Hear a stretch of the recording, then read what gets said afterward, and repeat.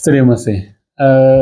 څو دوستانو پوښتنه کړې وه چې د کیس مانجمنټ او د MHPSS کوم بینیفیشري چې دی یا دوی چې راځي کوم خدمات ترلاسه کوي د هغوی دپاره کومه ټرمینالوجي یا کومه په اصطلاح باندې کلمه ورته استعمالولی سو یا دوی ته موږ په کوم نامه ویلی سو. ګورئ د بینیفیشري کلمه چې ده هغه یو عامه او مجموعي کلمه ده.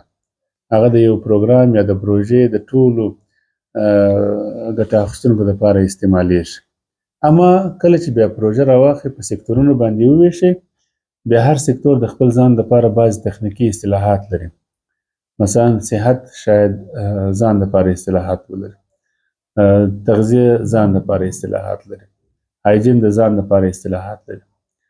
په دغه شکل باندې کیس مانجمنټ او MHPSS په نړیواله کچه باندې د خپلو مراجعه کوونکو دپاره د کلاینټ کلمه استعمالوي.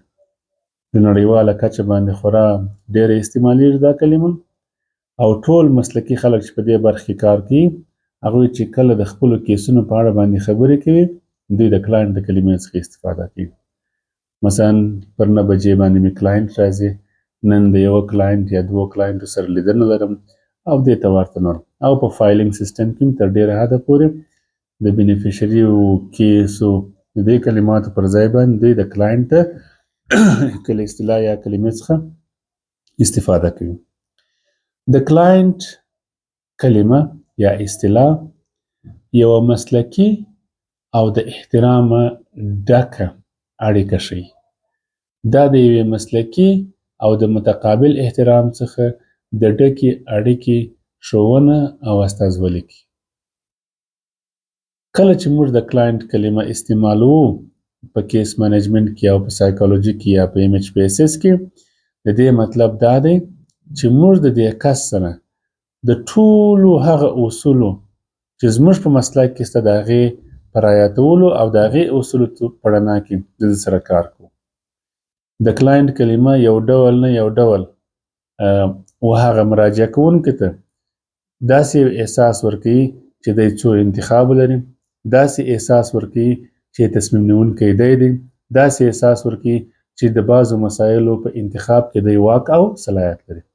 تر څنګ د کلاینټ د کلمې استعمالول موږ دې ته متوجه کوي چې موږ باید د خپل مسلک ټول اصول چې دي هغه رعایت کړو. فرض مثال مهم اصول په MHPSS کې او په کیس مانجمنټ کې د کنفیډنشیلیټي دی، محرمیت دی، د ډو نو هارم دی، ضرر نه رسول دی، د رضایت ترلاسه کول دی او داسې څه ترسره کول چې ګټه یا هم زموږ د کلاینټ یا د مراجعه کوونکي لپاره بهتره وي. ګورئ د کلاینټ کلمه موږ د هغه بینیفیشري دپاره نسو استعمالولی چې هغه سهار د کوم نهاد کوم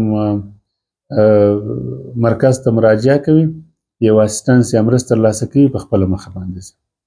د کلاینټ کلمه موږ د هغه کس دپاره نسو استعمالولی چې د کوم مؤسسې کوم کلینیک ته سهار راځي دوا ترلاسه کوي او په خپله مخه باندې ځي، بلکې کلاینټ هغه کسان دي چې د هغو سره موږ په دوامداره شکل باندې کار کوو او کلاینټ هغه کسان دي چې دوی د سوشل ورک، سایکولوژي او کیس مانجمنټ خدمات ترلاسه کوي او کلاینټ هغه کسان دي چې د هغو سره موږ د کوم مخکیني اصول چې مې ذکر کړ د هغه په رڼا کې دوی سره کار کوو او تر ډېره حده پورې موږ د کلاینټ د کلمې څخه په دې خاطر استفاده کوو تر څو هغه کس د دې احساس وکړي چې دی دلته یو څوک دی او د خپل روغتیا، صحت او ستونزو په حلولو کې دی مهم رول لري.